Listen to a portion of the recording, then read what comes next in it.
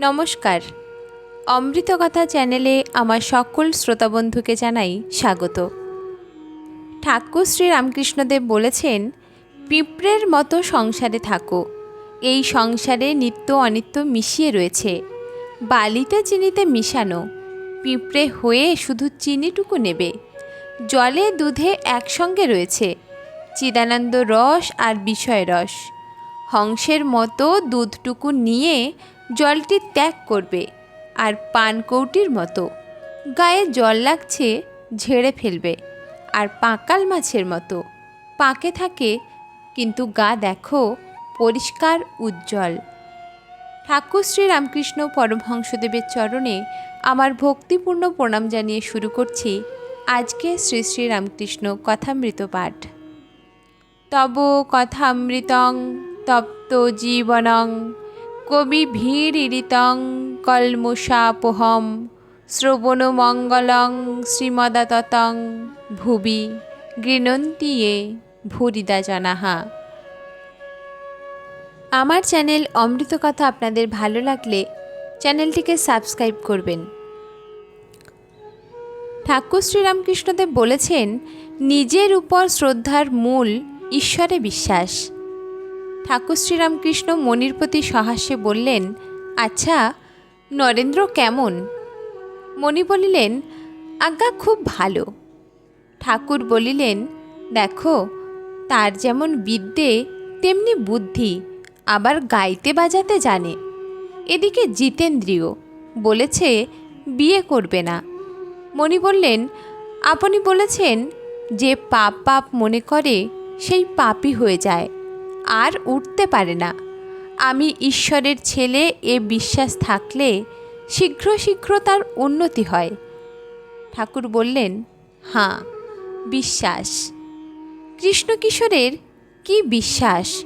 বলতো, একবার তার নাম করেছি, আমার আবার পাপ কি?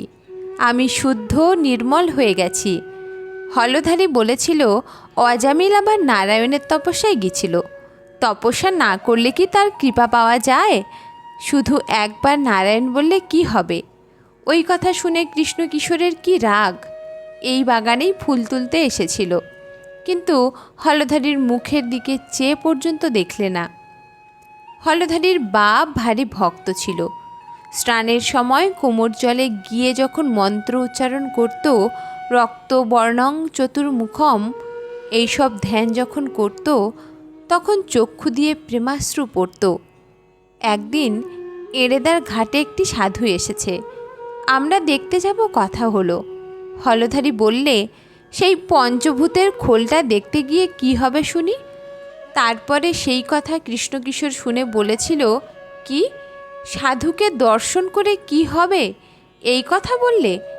যে কৃষ্ণ নাম করে বা রাম নাম করে, তার চিন্ময় দেহ হয়, আর সে সব চিন্ময় দেখে। চিন্ময় শ্যাম, চিন্ময় ধাম। বলেছিল, একবার কৃষ্ণ নাম কি একবার রাম নাম করলে শতবার সন্ধ্যার ফল পাওয়া যায়। তার একটি ছেলে যখন মারা গেল, প্রাণ যাবার সময় রাম নাম বলেছিল। কৃষ্ণকিশোর বলেছিল, ও রাম বলেছে, ওর আর ভাবনা কি? তবে মাঝে মাঝে একবার কাঁদত পুত্র শোকে। বৃন্দাবনে একবার জলতৃষ্ণা পেয়েছিল। মুচিকে বললে, তুই শিব বল। সে মুচি শিবনাম করে জল তুলে দিলে। অমন আচারী ব্রাহ্মণ, সেই জল খেলে। কি বিশ্বাস! বিশ্বাস নাই, অথচ পূজা জপ সন্ধ্যাদি কর্ম করছে, তাতে কিছুই হয় না। কি বলো? মণি বলিলেন, আজ্ঞে হাঁ। ঠাকুর সহাস্যে বলিলেন, গঙ্গার ঘাটে নাইতে এসেছে দেখেছি। তাদের যত রাজ্যের কথা। বিধবা পিসি বলছে, মা, দুর্গাপূজা আমি না হলে হয় না, স্মৃতি গড়া পর্যন্ত। বাড়িতে বিয়ে থাওয়া হলে আমায় করতে হবে মা, তবেই হবে। এই ফুলসজ্জের জোগাড় খয়েরের বাগানটি পর্যন্ত। মণি বললেন, আজ্ঞে, এদেরই বা দোষ কি? কী নিয়ে থাকে এরা? ঠাকুর সহাস্যে আবার বলিলেন, ছাদের উপর ঠাকুর ঘর, নারায়ণ পূজা হচ্ছে, পূজার নৈবেদ্য চন্দন ঘষা এইসব হচ্ছে। কিন্তু তাদের মুখে ঈশ্বরের কথা একটিও নাই।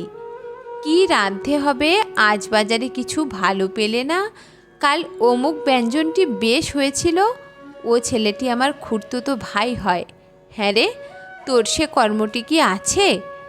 আর আমি কেমন আছি, আমার হরি নাই, এইসব কথা। দেখো দেখি, ঠাকুর ঘরে পূজার সময় এইসব রাজ্যের কথাবার্তা।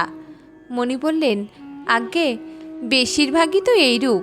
আপনি যেমন বলেন, ঈশ্বরে যার অনুরাগ, তার অধিক দিন কি পূজা সন্ধ্যা করতে হয়? ঠাকুর মণির সহিত নিভৃতে কথা কহিতেছেন। মণি বলিলেন, আজ্ঞে, তিনি যদি সব হয়েছেন, তবে এরূপ নানাভাব কেন? ঠাকুর বললেন, বিভুরূপে তিনি সর্বভূতে আছেন, কিন্তু শক্তি বিশেষ। কোনোখানে বিদ্যাশক্তি, কোনোখানে আবার অবিদ্যা শক্তি, কোনোখানে বেশি শক্তি তো কোনোখানে কম শক্তি। দেখো না, মানুষের ভিতর ঠগ, জুয়াচোর, আবার বাঘের মতো ভয়ানক লোকও আছে। আমি বলি, ঠগ নারায়ণ, আবার বাঘও নারায়ণ। মণি সহাস্যে বলিলেন, আজ্ঞা, তাদের দূর থেকে নমস্কার করতে হয়। বাঘ নারায়ণকে কাছে গিয়ে আলিঙ্গন করলে খেয়ে ফেলবে। ঠাকুর বলিলেন, তিনি আর তাঁর শক্তি, ব্রহ্ম আর শক্তি বই কিছুই নাই। নারদ রামচন্দ্রকে স্তব করতে করতে বললেন, হে রাম, তুমি শিব, সীতা ভগবতী, তুমি ব্রহ্মা, সীতা ব্রহ্মাণী, তুমি ইন্দ্র, সীতা ইন্দ্রাণী, তুমি নারায়ণ, সীতা লক্ষ্মী, পুরুষবাচক যা কিছু আছে সব তুমি, আর স্ত্রীবাচক সব সীতা। মণি বলিলেন, আর চিন্ময়রূপ? ঠাকুর একটু চিন্তা করিতেছেন, তারপর আস্তে আস্তে বলিতেছেন, কীরকম জানো? যেমন জলের, তবে এসব সাধন করলেই জানা যায়। তুমি রূপে বিশ্বাস করো, ব্রহ্মজ্ঞান হলে তবে অভেদ। ব্রহ্ম আর শক্তি অভেদ, যেমন অগ্নি আর তার দাহিকা শক্তি। অগ্নি ভাবলেই দাহিকা শক্তি ভাবতে হয়, আর দাহিকা শক্তি ভাবলে অগ্নি ভাবতে হয়। দুগ্ধ আর দুগ্ধের ধবলত্ব, জল আর তার হিম শক্তি। কিন্তু ব্রহ্মজ্ঞানের পরও আছে, জ্ঞানের পর বিজ্ঞান। যার জ্ঞান আছে, বোধ হয়েছে, তার অজ্ঞানও আছে। বশিষ্ঠ শত পুত্রশোকে কাতর হলেন। লক্ষ্মণ জিজ্ঞাসা করাতে রাম বললেন, ভাই, জ্ঞান অজ্ঞানের পার হও। যার আছে জ্ঞান, তার আছে অজ্ঞান।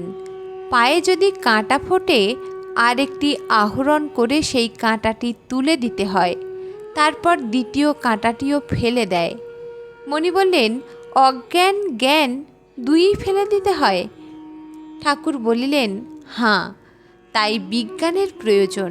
দেখো না, যার আলো জ্ঞান আছে, তার আবার অন্ধকার জ্ঞানও আছে। যার সুখবোধ আছে, তার দুঃখবোধও আছে। যার পুণ্যবোধ আছে, তার পাপবোধ আছে। যার ভালো বোধ আছে, তার মন্দবোধও আছে। যার শুচিবোধ আছে, তার অশুচিবোধও আছে। আর যার আমিবোধ আছে, তার তুমিবোধও আছে। বিজ্ঞান কিনা তাকে বিশেষ রূপে জানা।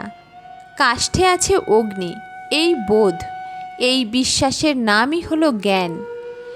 আগুনে ভাত রাঁধা, খাওয়া, খেয়ে হৃষ্টপুষ্ট হওয়ার নামই হলো বিজ্ঞান। ঈশ্বর আছেন এইটি বোধে বোধ, তার নাম হলো জ্ঞান। তবে তার সঙ্গে আলাপ, তাকে নিয়ে আনন্দ করা, বাৎসল্যভাবে, সখ্যভাবে, কিংবা দাসভাবে বা মধুরভাবে, এরই নাম হলো বিজ্ঞান। জীবজগৎ তো তিনিই হয়েছেন, এইটি দর্শন করার নামই হলো বিজ্ঞান। একমতে দর্শন হয় না, কে কাকে দর্শন করে? আপনি আপনাকে দেখে। কালাপানিতে জাহাজ গেলে আর ফেরে না, আর ফিরে সে কোনো খবরই দেয় না। মণি বলিলেন, যেমন আপনি বলেন, মনুমেন্টের উপরে উঠলে আর নিচের খবর থাকে না, গাড়ি ঘোড়া, মেম সাহেব, বাড়ি ঘর, দ্বার, দোকান, অফিস ইত্যাদি। ঠাকুর বলিলেন, আচ্ছা, আজকাল কালীঘরে যায় না, কিছু অপরাধ হবে কি? নরেন্দ্র বলতো, ইনি এখনও কালীঘরে যান? মণি বললেন, আজ্ঞা, আপনার নতুন নতুন অবস্থা, আপনার আবার অপরাধ কি? ঠাকুর শ্রীরামকৃষ্ণ বললেন, আচ্ছা, হৃদের জন্য সেনকে ওরা বলেছিল, হৃদের বড় অসুখ, আপনি তার জন্য 2খান কাপড় 2খানা জামা আনবেন, আমরা তাকে দেশে শিয়রে পাঠিয়ে দেব। সেন এনেছিল 2টি টাকা। এ কি বলো দেখি, এত টাকা? কিন্তু এই দেওয়া, বলো না। মণি বললেন, আজ্ঞে, যারা ঈশ্বরকে জানবার জন্য বেড়াচ্ছে তারা এরূপ করতে পারে না, যাদের জ্ঞান লাভ হলো উদ্দেশ্য। ঠাকুর শ্রীরামকৃষ্ণ বললেন, ঈশ্বরই বস্তু আর সব অবস্তু। ঠাকুর শ্রীরামকৃষ্ণ আজ শ্রীযুক্ত অধরের বাড়ি রাখাল ঈশান প্রভৃতি ভক্ত সঙ্গে। দিনটি ছিল শনিবার, 22শে সেপ্টেম্বর 1883 খ্রিস্টাব্দ, বাংলা 6ই আশ্বিন, কৃষ্ণা ষষ্ঠী। ঠাকুর শ্রীরামকৃষ্ণ কলিকাতায় অধরের বাড়ি শুভাগমন করিয়াছেন। ঠাকুর অধরের বৈঠকখানায় বসিয়া আছেন। বৈকাল বেলা। রাখাল, অধর, মাস্টার, ঈশান প্রভৃতি ও অনেকগুলি পাড়ার লোকও উপস্থিত। শ্রীযুক্ত ঈশানচন্দ্র মুখোপাধ্যায়কে ঠাকুর অনেক ভালোবাসিতেন। তিনি অ্যাকাউন্টেন্ট জেনারেল অফিসে একজন সুপারিনটেন্ডেন্ট ছিলেন। পেনশন লইবার পর তিনি দান ধ্যান ধর্মকর্ম লইয়া থাকিতেন ও ঠাকুরকে মাঝে মাঝে দর্শন করিতেন। মেছুয়াবাজার স্ট্রিটে তাহার বাড়িতে ঠাকুর একদিন আসিয়া নরেন্দ্রাদি ভক্ত সঙ্গে আহারাদি করিয়াছিলেন ও প্রায় সমস্ত দিন ছিলেন। সেই উপলক্ষে ঈশান অনেকগুলি লোককে নিমন্ত্রণ করিয়াছিলেন। শ্রীযুক্ত নরেন্দ্রের আসিবার কথা ছিল, কিন্তু তিনি আজ আসিতে পারেন নাই। ঈশান পেনশন লইবার পর ঠাকুরের নিকট দক্ষিণেশ্বরে প্রায় যাতায়াত করেন ও ভাটপাড়াতে গঙ্গা তীরে নির্জনে মাঝে মাঝে ঈশ্বর চিন্তা করেন। সম্প্রতি ভাটপাড়ায় গায়ত্রীর পুরস্চরণ করিবার ইচ্ছা ছিল। ঠাকুর শ্রীরামকৃষ্ণ ঈশানের প্রতি বলিলেন, তোমার সেই গল্পটি বলো তো, ছেলে চিঠি পাঠিয়েছিল। ঈশান সহাস্যে বলিলেন, একটি ছেলে শুনলে যে ঈশ্বর আমাদের সৃষ্টি করেছেন, তাই সে প্রার্থনা জানাবার জন্য ঈশ্বরকে একখানি চিঠি লিখে ডাকবাক্সে ফেলে দিয়েছিল। ঠিকানা ছিল স্বর্গ। সকলের হাস্য। ঠাকুর শ্রীরামকৃষ্ণ সহাস্যে বলিলেন, দেখলে, এই হলো বালকের মতো বিশ্বাস, তবেই হয়। ঈশানের প্রতি আবার বলিলেন, আর সেই কর্মত্যাগের কথা? ঈশান বলিলেন, ভগবান লাভ হলে সন্ধ্যাদি কর্ম ত্যাগ হয়ে যায়। গঙ্গা তীরে সকলে সন্ধ্যা করছে, একজন করছে না। তাকে জিজ্ঞাসা করায় সে বললে, আমার অশৌচ হয়েছে, সন্ধ্যা করতে নাই। মরণাশৌচ আর জন্মাশৌচ 2ই হয়েছে। অবিদ্যামার মৃত্যু হয়েছে আর আত্মারামের জন্ম হয়েছে। ঠাকুর বলিলেন, আর আত্মজ্ঞান হলে জাতিভেদ থাকে না, সেই কথাটি? ঈশান বলিলেন, কাশীতে গঙ্গা স্নান করে শঙ্করাচার্য সিঁড়িতে উঠছেন।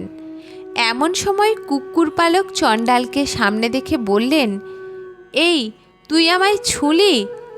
চণ্ডাল বললে, ঠাকুর, তুমিও আমায় ছোঁও নাই আর আমিও তোমায় ছুঁই নাই। আত্মা সকলেরই অন্তর্যামী আর নির্লিপ্ত। সুরাতে সূর্যের প্রতিবিম্ব আর গঙ্গা জলে সূর্যের প্রতিবিম্ব, এই দুয়ে কি ভেদ আছে? ঠাকুর শ্রীরামকৃষ্ণ সহাস্যে বলিলেন, আর সেই সমন্বয়ের কথা, সব মত দিয়েই তাকে পাওয়া যায়। ঈশান আবার সহাস্যে বলিলেন, হরিহরের এক ধাতু, কেবল প্রত্যয়ের ভেদ। যিনি হরি তিনিই হর, বিশ্বাস থাকলেই হলো। ঠাকুর শ্রীরামকৃষ্ণ সহাস্যে বলিলেন, আর সেই কথাটি, সাধুর হৃদয় সকলের চেয়ে বড়। ঈশান সহাস্যে উত্তর দিলেন, সকলের চেয়ে বড় হলো পৃথিবী, তার চেয়ে বড় হলো সাগর, তার চেয়ে বড় আকাশ। কিন্তু ভগবান বিষ্ণু এক পদে স্বর্গ মর্ত পাতাল ত্রিভুবন অধিকার করেছিলেন। সেই বিষ্ণু পদ সাধুর হৃদয়ের মধ্যে, তাই সাধুর হৃদয় সকলের চেয়ে বড়। এই কথা শুনিয়া ভক্তেরা আনন্দ করিতেছেন। জয়তু শ্রীরামকৃষ্ণ। এখনকার শ্রী শ্রী রামকৃষ্ণ কথামৃত পাঠ এই পর্যন্ত। আমার চ্যানেল অমৃত কথা আপনাদের ভালো লাগলে চ্যানেলটির সঙ্গে থাকুন, চ্যানেলটি শুনতে থাকুন। আমার পাঠ যদি আপনাদের ভালো লাগে তাহলে এটিকে লাইক ও শেয়ার করে দেবেন। আর যারা এখনও চ্যানেলটিকে সাবস্ক্রাইব করেননি তারা চ্যানেলটিকে সাবস্ক্রাইব করুন। ধন্যবাদ।